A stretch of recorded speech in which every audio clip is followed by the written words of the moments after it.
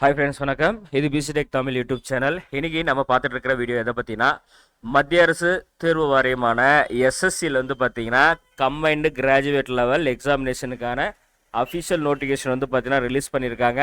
அதனை பார்த்தீங்கன்னா full details தான் இந்த வீடியோவில் நம்ம பார்க்குறோம். ஸோ வீடியோவை கடைசி வரைக்கும் ஸ்கிப் பண்ணாமல் பாருங்கள். அப்போ தான் நான் சொல்லக்கூடிய தகவல் உங்களை முழுசாக வந்து சேரும். ஸோ வீடியோவை கடைசி வரைக்கும் ஸ்கிப் பண்ணாமல் பாருங்கள்.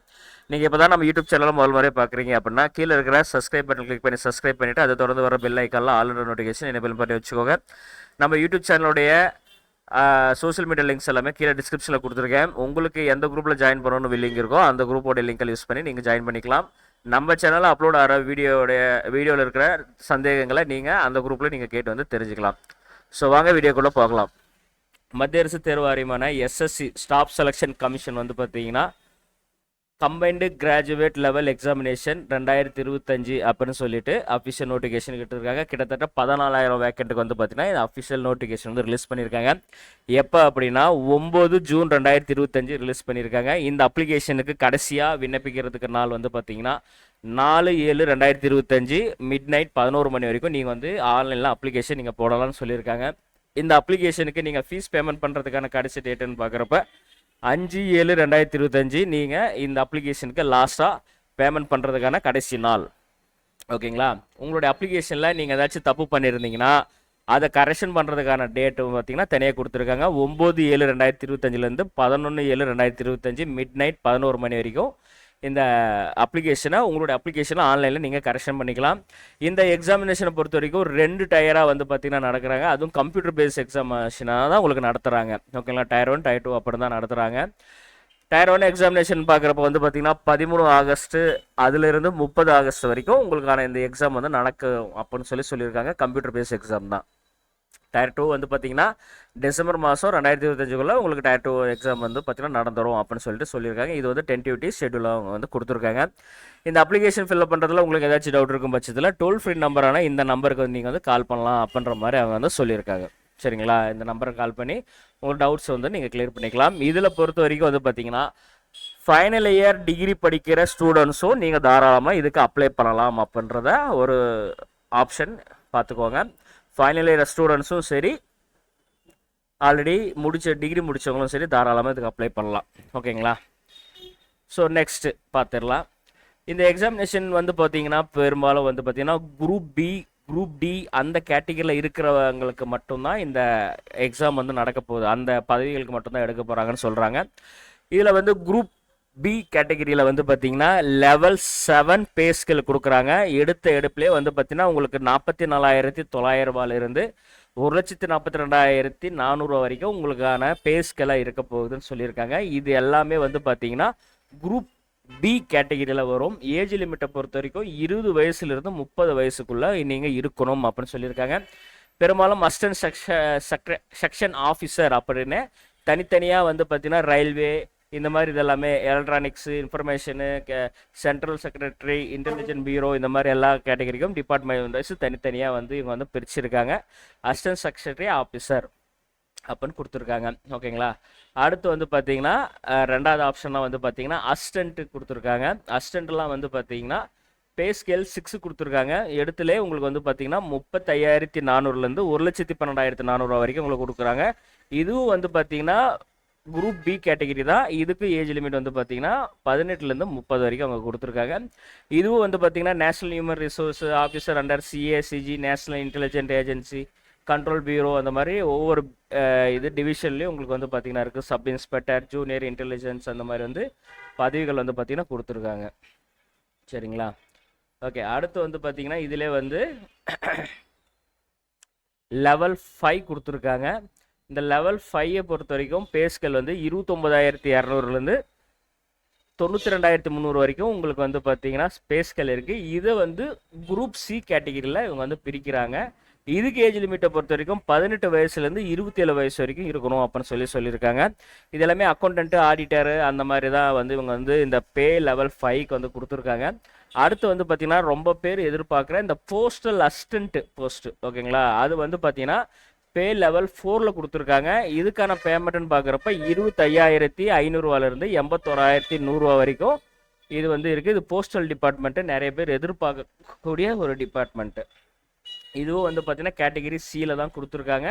ஏஜ் லிமிட்டை பொறுத்த வரைக்கும் 18லேருந்து 27 வந்து அவங்க கொடுத்துருக்காங்க. சரிங்களா? அதில் வந்து ஸ்டாட்டிக்ஸ் படித்தவங்களுக்கு தனியாக அது மாதிரி எல்லாமே கொடுத்துருக்காங்க. இந்த ஏஜ் லிமிட்டை பொறுத்த வரைக்கும் ஒவ்வொரு கேட்டகிரிக்கும் தனித்தனியாக ஏஜ் லிமிட் இருக்குது. நான் ஆரம்பத்தில் சொன்ன மாதிரி வேக்கன்சி வந்து 14,582 வேக்கன்சி மொத்தமாக ஆல் ஓவர் இந்தியா வந்து கொடுத்துருக்காங்க. ஒவ்வொரு கம்யூனிட்டிக்கு ஏற்ற மாதிரியும் ஏஜ் ரிலாக்ஸேஷன் தனியாக இருக்குது. இடஒதுக்கீடு இது எல்லாமே தனித்தனியாக கொடுத்துருக்காங்க. ஏஜ் ரிலாக்ஸேஷன் பார்த்துக்கோங்க. எந்த வருஷத்தில் வந்து பிறந்திருக்கணும், அவங்க வந்து இந்த டேட்டை வந்து மென்ஷன் பண்ணுறது வந்து 1/8/2025 அன்றைக்கி உங்களுக்கு 30 முடிஞ்சிருக்கக்கூடாது, 30 ஸ்டார்ட் ஆகிருக்கணும். 27 முடிஞ்சிருக்க கூட 27 ஸ்டார்ட் ஆகிருக்கணும். அவங்க வந்து 2/8/1998 ஆரம்பித்து 2007 வரைக்கும் பிறந்திருக்கணும் அப்படின்ற மாதிரி அவங்க ஏஜ் வந்து பார்த்தீங்கன்னா கொடுத்துருக்காங்க. உங்களுடைய ஏஜ் கால்குலேஷன் போட்டு நீங்கள் எலிஜிபிள்லாம் தாராளமாக நீங்கள் வந்து அப்ளை பண்ணுங்கள். ஓகேங்களா? ஏஜ் ரிலாக்ஸேஷனை பொறுத்த வரைக்கும் எஸ்சி கம்யூனிட்டிக்கு வந்து பார்த்தீங்கன்னா 5 வருஷம் வந்து கொடுத்துருக்கிற ஏஜ்லேருந்து 5 வருஷமோ, ஓபிசி கேட்டகிரியில் வந்து பார்த்தீங்கன்னா 3 வருஷமோ, ஹேண்டிகேப் அன்ரிசர்வில் வந்து பார்த்தீங்கன்னா 10 வருஷமோ, அதே போல் வந்து பார்த்தீங்கன்னா எக்ஸர்வீஸ் மேனு அந்த மாதிரி இருக்கிறவங்களுக்குலாம் தனித்தனியாக வந்து ஏஜ் லிமிட் தனித்தனியாக கொடுத்துருக்காங்க. 15, 30, 40 அப்படின்னு தனித்தனியாகவே கொடுத்துருக்காங்க. அந்தந்த கேட்டகிரியில் இருக்கிற மக்கள் வந்து பார்த்தீங்கன்னா யார் யாருக்கு என்னென்ன கேட்டகிரியில் வந்து பிரியுதோ அவங்களுக்கு அந்த ஏஜ் லிமிட்டை பார்த்துட்டு எலிஜிபிள் இருப்ப தாராளமாக நீங்கள் அப்ளை பண்ணிக்கலாம். ஓகேங்களா? அடுத்ததாக வந்து பார்த்தீங்கன்னா எப்படி வந்து ஃபில் பண்ணணும்னு டீட்டெயில்ஸ் தான் கொடுத்துருக்காங்க. கண்டிப்பாக வந்து பார்த்தீங்கன்னா ஒன் டைம் ரிஜிஸ்ட்ரேஷன் வந்து அவங்க கண்டிப்பாக கேட்குறாங்க. One time registration first registration பண்ணி ஒரு ஐடி பாஸ்வேர்டு வச்சுருப்பீங்க இல்லையா, அந்த ஐடி பாஸ்வேர்டு யூஸ் பண்ணி தான் நீங்கள் வந்து லாகின் பண்ணி உங்களுக்கான அப்ளிகேஷன் நீங்கள் போட்டுக்கணும்னு சொல்லியிருக்காங்க.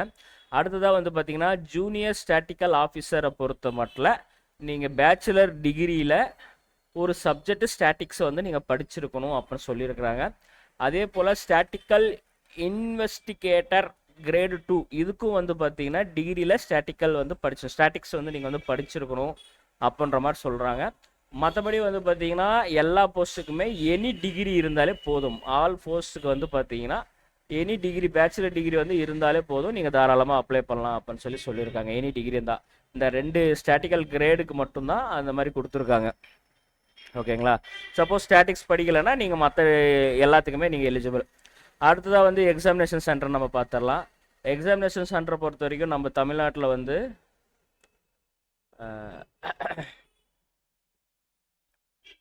ஓகே தமிழ்நாட்டில் வந்து பார்த்தீங்கன்னா உங்களுக்கு சென்னை, கோயம்புத்தூர், மதுரை, சேலம், திருச்சிராப்பள்ளி, திருநெல்வேலி, வேலூர், ஹைதராபாத்து இதெல்லாம் இந்த ஜோன் வருது. மதுரை இதெல்லாம் வருது, புதுச்சேரி கூட வருது. சரிங்களா? தமிழ்நாட்டுக்கு ஒதுக்கி இருக்கிற எக்ஸாமினேஷன் சென்டர்ஸ் இதெல்லாம். கிருஷ்ணகிரி இருக்குது, கிருஷ்ணகிரி கூட இருக்குது. சரிங்களா? கிருஷ்ணகிரி கூட எக்ஸாமினேஷன் சென்டர் இருக்குது, யூஸ் பண்ணிக்கலாம். ஓகே, பார்த்து யூஸ் பண்ணிக்கலாம். மற்றபடி இது வந்து நம்ம இதிலே வந்து பார்த்திங்கன்னா ஃபீமேலுக்கு வந்து பார்த்திங்கன்னா ஃபீஸ் கிடையாது. மேல் கேட்டகிரியில் இருக்கிறவங்களுக்கு மட்டும்தான், எஸ்சி எஸ்சி தவிர இது எல்லாத்துக்கும் மேல் கேட்டகிரியில் மற்ற கம்யூனிட்டியில் இருக்கிற எல்லாத்துக்குமே ஃபீஸ் கட்டணும். ஃபீமேல்ஸ்க்கு வந்து ஃபீஸ் இருக்காது, ஆஸ் யூஸ்வல் வந்து இருக்காது.